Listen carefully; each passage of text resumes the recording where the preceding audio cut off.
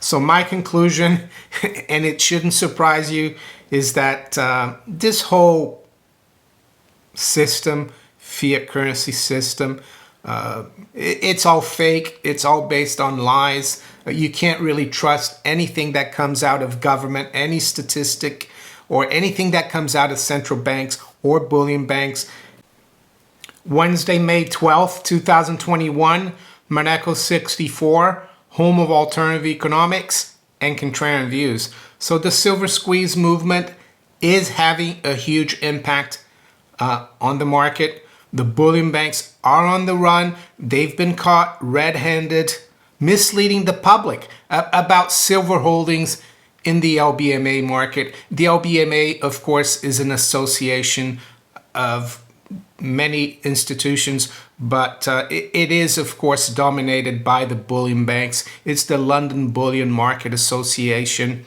And I'm going to go through an article written by Ronan Manley of Bullion Star. And I think this guy is a star. He is a great detective, and he's really done a good job exposing the LBMA. And basically, in this instance, it's the major bullion banks. I can't prove it definitively because the LBMA would have to come out and say which party really made the error, rounding error of 106 million ounces of silver. And so I'm going to go through this article. It just goes to show us apes and silverbacks. Billy is a silverbug, of course, but he's got a silverback. He's joined forces with the silverback Billy. We've even got a new mug, a silverback and Billy, the silverbug mug. Great minds will stack and crush the bankers. There you go. It's available in the Teespring store if you like to get one. It helps the channel and it's a bit of fun. And yeah, it's a bit of fun fighting really evil forces, I would say. There's nothing more than that.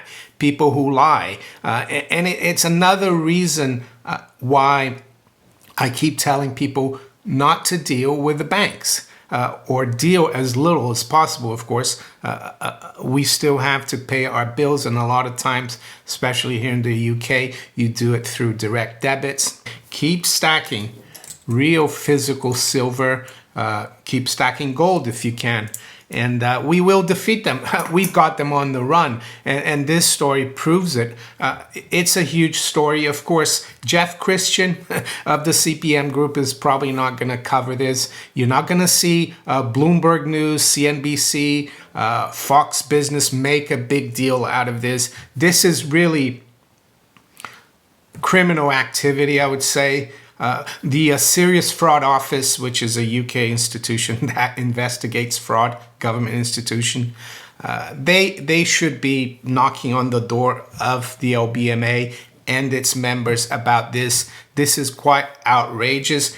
And why do they do that? Well, because at the end of January, beginning of February, there was so much demand for silver from us apes or silver bugs that it created a problem for them. So they lied about it. And of course, the LBMA is heavily connected to the central banks as well, especially the Bank of England. If you look at the board of the LBMA, the chairman of the LBMA is a guy called Doctor. He's a doctor, Paul Fisher.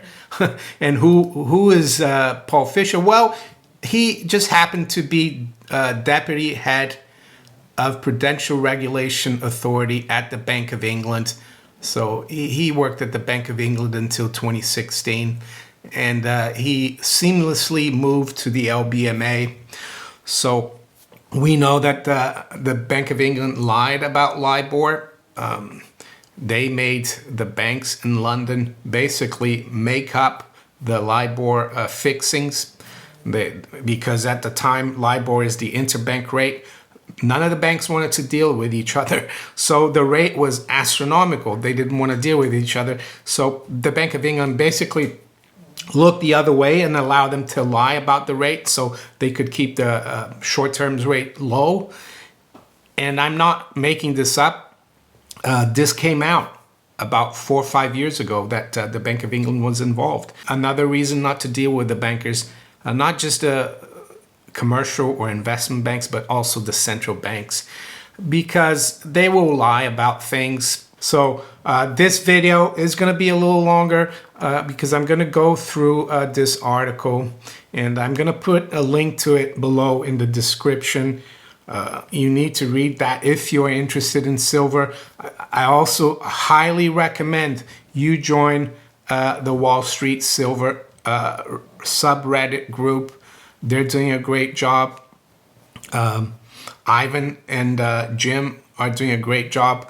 They also have a YouTube channel, which you should subscribe to.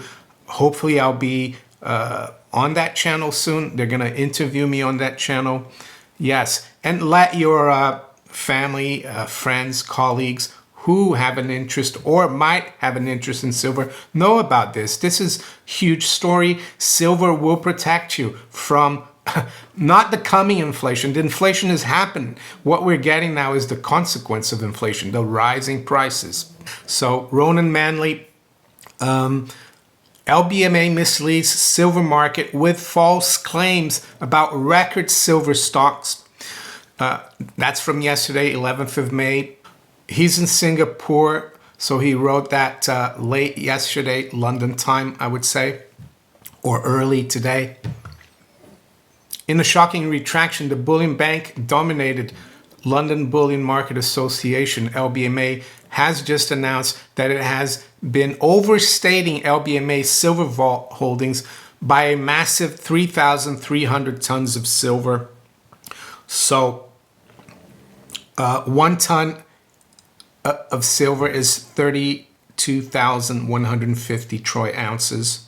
So if you multiply 3,300 by 32,150, you get just over 106 million troy ounces, and that's equivalent to over 21,000 futures contract on the COMEX. This overstatement relates to the total quantity of physical silver bars that the LBMA claimed were being held in LBMA vaults in London as of the end of March 2021. These LBMA vaults in London are operated by 3 banks, namely the infamous JP Morgan, the equally infamous HSBC, and the maybe not so infamous ICBC Standard Bank, and 3 security vaulters, Brinks, Malka Arnett, and Loomis. On April 9th, to much fanfare, so that was reporting on the March numbers, April 9th, the LBMA published updated monthly vault data for London vaulted silver bars, claiming that as of the end of March 2021, total silver held in LBMA London vaults had risen by a whopping 11.04% during March, from 1.125 billion ounces to 1.24 billion ounces, i.e. An increase of 124 million ounces or 3,863 tons. LBMA even claimed that this figure in silver holdings meant that there were record stocks of silver in London, titling its press release "Record Stocks of Silver in London Vaults" in March 2021. So here's where it gets interesting. False claim, says Ronan Manley. It was not a record. However, for an entire month, the LBMA let this fiction persist before deciding to change its claim on 10th of May, when it released a statement saying that, and this is the LBMA, of course, a data submission error led to the publication of an incorrect aggregate figure for the total silver held in London vaults in March. So it took them over a month, really, to correct something that was huge. The corrected figure is 1,143,000 troy ounces. This new figure is equal to 35,557 metric tons.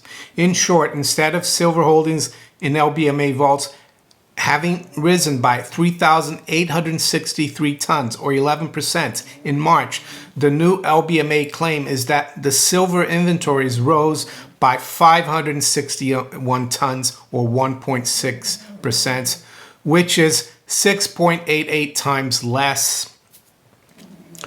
Instead of a 124.2 million ounce increase, the increase was 18 million ounces, a difference of a massive 106.1 million ounces. So that's the 3,300 tons. Instead of record silver holdings in London, there was no record. So the Guinness Book of Records folks were not needed. The record still belongs to March 2020. 1,175 million ounces of silver was claimed by the LBMA to be stored in London. At the time, on April 9th, Bullion pointed out how unlikely it was that a massive 11% surge in LBMA London silver stocks could have occurred during 1 month, and called for an audit of the LBMA vaults. The LBMA claim was so unreal that it was like pulling a rabbit from a magician's hat, well, out of thin air. That's what the bankers do. So here's the tweet. That didn't stop the LBMA claiming throughout the entire month of April and into May that the LBMA vaults in London held 1.29 billion ounces or 38,859 metric tons of silver at the end of March. And it even did so in its much trumpeted LBMA Spotlight on Silver Investment report, which the LBMA wrote in conjunction with the consultancy Metal Focus, and which was published on 18th of April. An overview analysis of this LBMA report can be seen in the Bullion article here. It's interesting because a few days ago, I think Keith Neumeyer of First Majestic Silver, he was on Kitco, and he was saying how all these numbers, he doesn't trust any of these numbers, and how right he was. Is it any wonder that the LBMA came out a couple of days or a few days after Keith Neumeyer made those statements on Kitco? I don't think so. I'm going to skip to the crime scene here now. You can read the whole thing if you want. For those who may not know, it was in early March when the LBMA suddenly and mysteriously decided to change the reporting lag on its London Vault silver holdings. Up until Monday, 1st of March, the LBMA was still reporting silver vault holdings on a 1-month lag basis. And so on March 1st, reported silver holdings data for the end of January 2021. And then it says, then at the end of the same week, on Friday, 5th of March, the LBMA suddenly decided to change the reporting lag on silver holdings from 1 month to 5 business days, ludicrously claiming in its press release it was doing so to increase transparency. So this is what Ronan says. And why did the LBMA suddenly change its reporting lag on London silver holdings to 5 business days from 1 month previously? Why? Of course, it was to try to make it look like there was not a silver availability problem in the London market, which actually there was.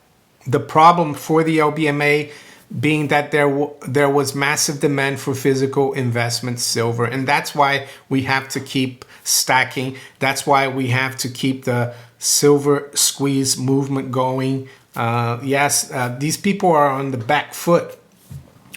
So let's go to the conclusion here. I recommend you read the whole article. It is highly possible that all of this is a concerted propaganda campaign by the LBMA bullion banks under the watchful eye of the regulators to confuse and deceive the market and deflect attention away from physical silver supply problems in London and elsewhere. And before the conclusion, he mentions the CFTC and The commissioner, the head commissioner or president of the CFTC, Ross Benham, said that they try to tamp down the market and that they work closely with Goldman Sachs, right?